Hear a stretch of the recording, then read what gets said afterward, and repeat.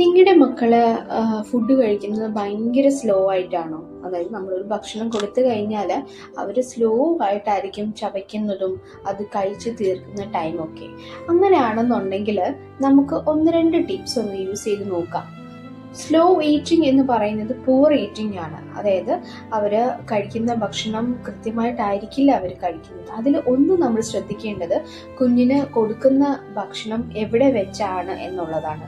Place same പ്ലേസിൽ തന്നെ നമ്മൾ കുഞ്ഞുങ്ങൾക്ക് ഭക്ഷണം, അതായത് ഡൈനിങ് ടേബിൾ ആണെന്നുണ്ടെങ്കിൽ അതാണ് ഏറ്റവും നല്ലത്. കുഞ്ഞുങ്ങൾക്ക് എന്നും ഭക്ഷണം കൊടുക്കുന്നത് ഡൈനിങ് ടേബിൾ വെച്ച് തന്നെ ആയിരിക്കണം എന്നുള്ളതാണ്. മാത്രമല്ല TV മറ്റ് ഗാഡ്ജറ്റ്സ് ഒന്നും ഈ കഴിക്കുന്ന സമയത്ത് കുഞ്ഞുങ്ങൾക്ക് കൊടുക്കാതിരിക്കുക. അമ്മ കൂടെ ഇരുന്ന് ഭക്ഷണം കഴിപ്പിക്കുന്നതായിരിക്കും ഏറ്റവും നല്ലത്. വാരി കൊടുക്കണം എന്നല്ല ഞാൻ പറഞ്ഞത്.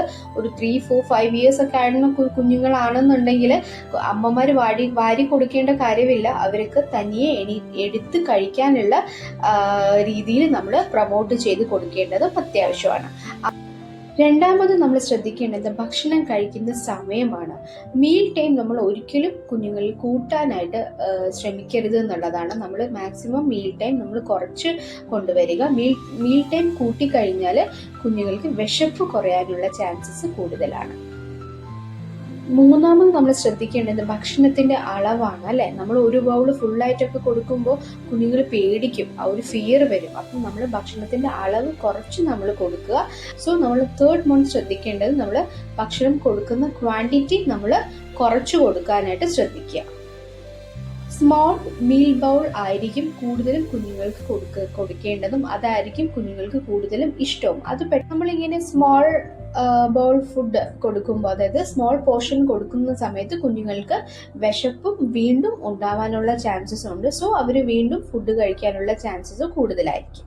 നാലാമത് നമ്മൾ ശ്രദ്ധിക്കേണ്ടത് ഭക്ഷണത്തിന്റെ ക്വാളിറ്റിയാണ്. നമ്മൾ ഏതും കൊടുക്കുന്നതിലല്ല കാര്യം.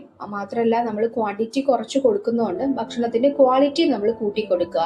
നമ്മൾ കുഞ്ഞുങ്ങൾക്ക് കൊടുക്കുമ്പോൾ കലോറി കൂടുതലായിട്ടുള്ള ഫുഡ്, ന്യൂട്രീഷ്യസ് കൂടുതലായിട്ടുള്ള ഫുഡ് നമ്മൾ കുഞ്ഞുങ്ങൾക്ക് കൊടുക്കാനായിട്ട് ശ്രദ്ധിക്കുക. സോ നമ്മളപ്പോൾ ക്വാണ്ടിറ്റി കുറഞ്ഞിരുന്നാലും ഈ ഒരു കലോറി അല്ലെങ്കിൽ ക്വാളിറ്റി ഉള്ള ഫുഡ് കൊടുക്കുമ്പോൾ കുഞ്ഞിന് അതിൻ്റെതായ വെയിറ്റ് വരികയും കുഞ്ഞുങ്ങൾക്ക് ഇൻട്രസ്റ്റ് ഉണ്ടാവുകയും ചെയ്യുന്നുണ്ട്.